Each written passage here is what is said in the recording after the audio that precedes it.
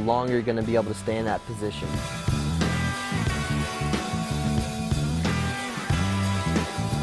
The anchoring with the kick, to me, would make sense that you want to force water backwards. There's a mistake with a lot of breaststrokers and their kick.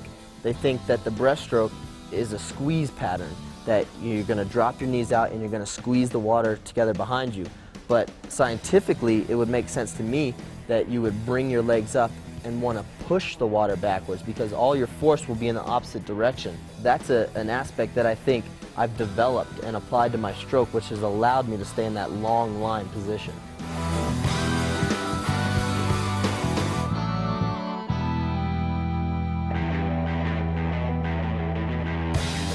The unique part about a breaststroke kick is a combination of things. It's a combination of flexibility and a combination of strength. You will not have a successful breaststroke kick if you have one without the other. I think both of them are needed. To achieve this, you have to have maximal ankle flexibility for a good catch and good knee flexion to maintain a range of motions. With the combination of those two, our goal is to have maximal flexion, maximal ankle catch, and a force backwards that's directly perpendicular to the stroke. And what's that going to allow is a huge force forward, allowing your body to continue moving forward in that line rather than up and down.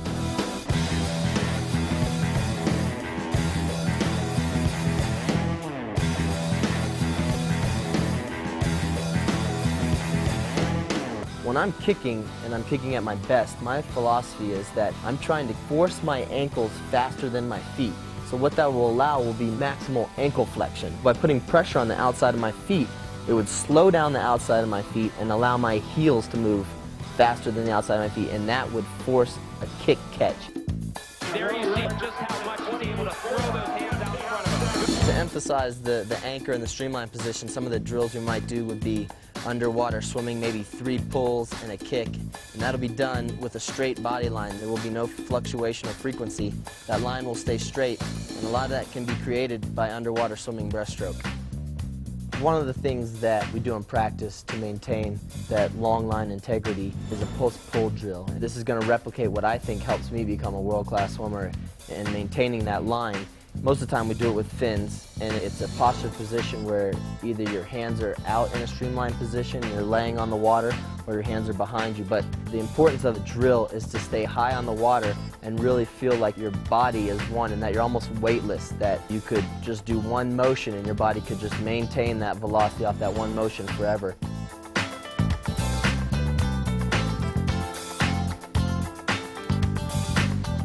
This is a variation.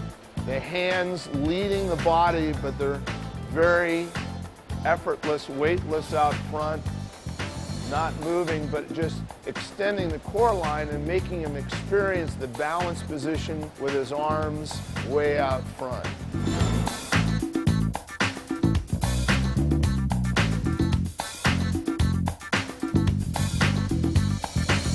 We'll repeat that with a post-pull, so you'll do that and then you'll take a pull of breaststroke and maintain that body position for an extended amount of time to know what it feels like to have that long position and to have long distance per stroke and a good glide.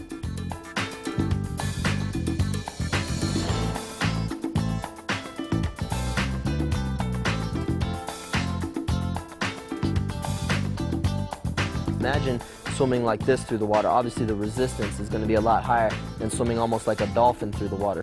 Some of the drills that we'll do to accomplish that is we'll separate the pull and the kick, and we'll stay in the streamlined long position a lot longer. So I'll do a lot of breaststroke swimming underwater and eliminate any type of frequency where I'll try and maintain that line while pulling and kicking.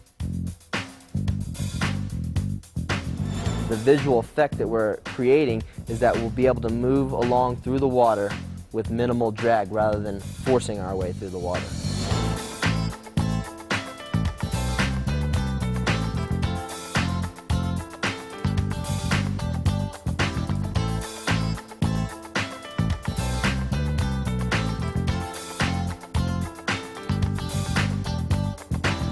The back position emphasizes the line from his shoulders to his knees. The polo kick allows him to just warm up his ankle flexion, one leg and ankle at a time.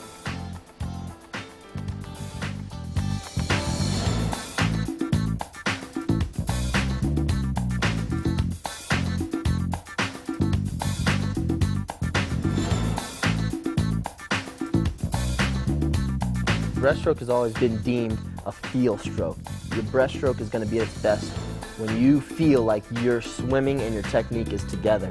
And these drills are done to replicate that feel of balance and positioning on the water that suit your body the best.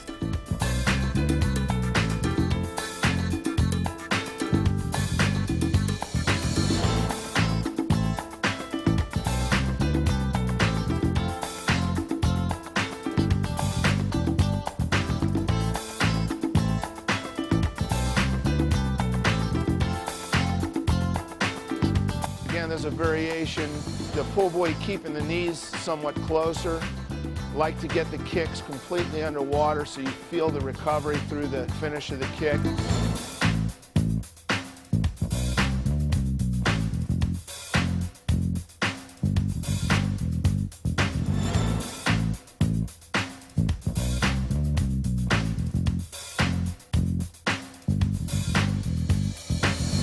This can be kicked in a variety of positions, and this is just going back to kicking breaststroke on its back. And the pull buoy actually makes you concentrate harder on your line because it puts an artificial float. So he's got to press his back position even more.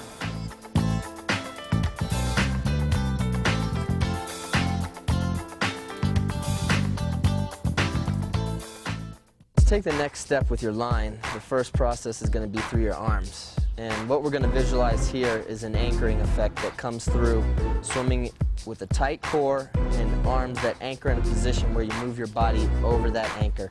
We're going to emphasize that a lot by doing a lot of sculling in many different positions. Sculling where you're on your back, on your stomach, feet first. And that's done by slowing the stroke down and feeling your corners especially. A lot of people do sculling drills but don't really know what they're doing in the process.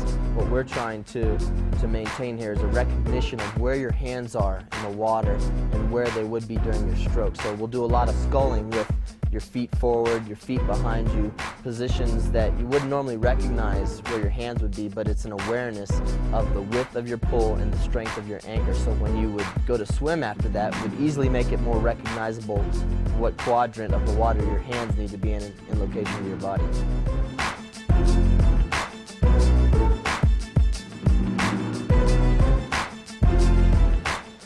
One of our sculling drills, one arm at a time. Just working corner anchoring and feel, and he's maintaining his core balance forward position. So he has to balance to get a great feel for it.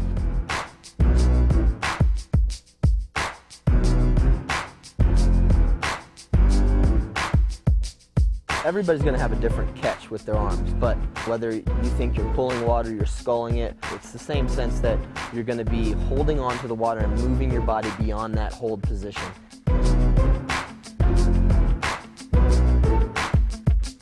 There's certain drills that before a breaststroke set that I'll want to warm up with and get my ankles and knees involved so that when I am ready to go, it almost feels like I have a motor behind me that's directly perpendicular to my swimming line, that everything I'm doing with my kick relates to forward speed. Some of these drills are going to be wall kick, and what that does is allows extra pressure to be put against my ankles to force them in their flex position.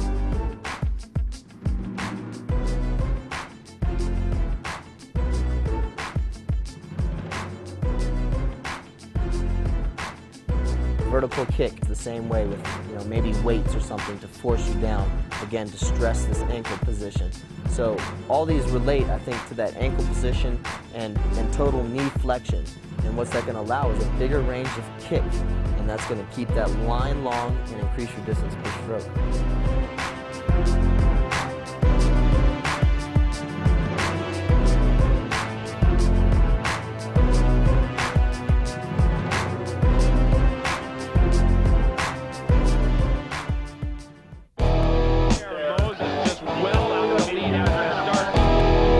There's one philosophy, and that's the fastest and furthest.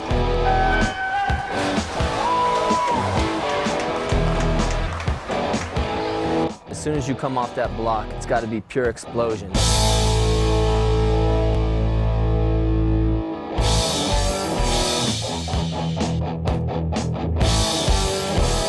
We're going to get in that long line. We're going to have a powerful pull out.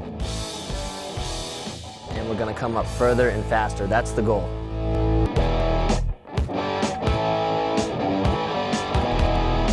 I think the start is pretty individualized. I think you have to feel comfortable up there. First things first, you got to feel like you belong up there.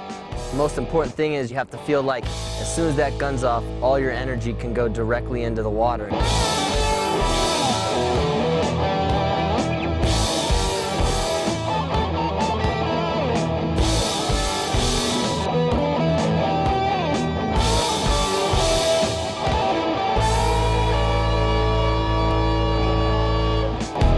Turn. He's always so tight off his turns. The technique of the turn is to reach the ultimate point, which is to get on the wall and off the wall the fastest. And that to me is done by coming in on a full stroke, touching with both hands, immediately dropping one elbow and driving the knees up to the wall.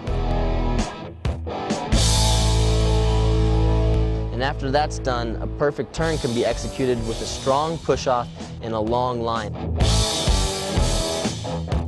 And again, we're talking about that long line. The least amount of resistance is going to get you further on every pull-out. To emphasize the amount of time spent in these positions is a huge part of the race, and a lot of people don't realize that. I'll work my pull-outs and turns to the point where I can come up within half a yard in about 0.1 or 0.2 of a second. That's a repetition that I practice, so when the race comes along, I can simulate this in an easy manner. Just eliminating 0.1 or 0.2 off your turn is going to get you a faster time. That's something without even work that you're going to have to do. It's easy time that you should emphasize perfection on the walls.